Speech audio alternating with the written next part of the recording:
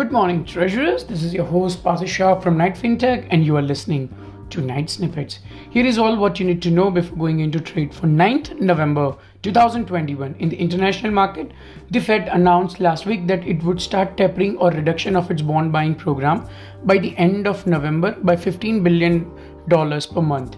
After yields falling on Friday despite good NFP numbers, yields started rising again on Monday. US 10-year closed 6 basis points up at 151 percentage points and 30-year at 189 percentage points on Monday. In England, Bank of England stood pat on interest rates at the outcome of its policy review on Thursday last week, with policymakers holding off on widely expected rate hikes on the face of elevated inflation. This gave a cheer to the Indian bond market as well, as US and England, both the central banks, are in no hurry to hike rates. Watch out. October Producer Price Index and Consumer Price Index are slated for release on Tuesday and Wednesday respectively. In the crude oil market, crude is trading at $83.47 per barrel. Short-term range is 83 to 87. In the currency market, dollar index or DXY is at 94.10. DXY's today's range seems to be 93.91 to 94.29, range bound market. USD CNY is at 639. USD INR with a high of 74.25 closed at 74.03. Support at 73.80 and resistance at 74.25. Trading strategy for USD INR. As we discussed, the IPO inflow is keeping the rupee demand solid.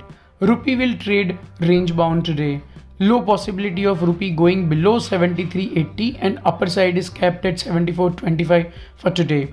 RBI buying was speculated yesterday around 74 levels, and yesterday's close suggests the same. In the domestic market, the reasons for current strength in the market are: number one, Fed announced the tapering of its bond buying program but clearly mentioned no hurry in raising rates. Number two, Bank of England decided to hold on increasing the rates even after elevated inflation. Number three, Center has slashed the duties or taxes on petrol and diesel by 5 and 10 rupees respectively. Number 4, IPO-led rupee buying has made rupee stronger. And number 5, thus stronger rupee and easing of inflation concerns will give RBI some more room for policy normalization. With all these factors pricing in, markets were buoyant yesterday. 563.2026 closed at 567 versus 573 the previous trading day, 6 basis point gain in a 5-year maturity. 610.2031 closed at 630 versus 636 the previous trading day, which is a 6 basis point gain. Expect an announcement of a new 5-year benchmark this week, as 563.2026 unofficial outstanding cap is over.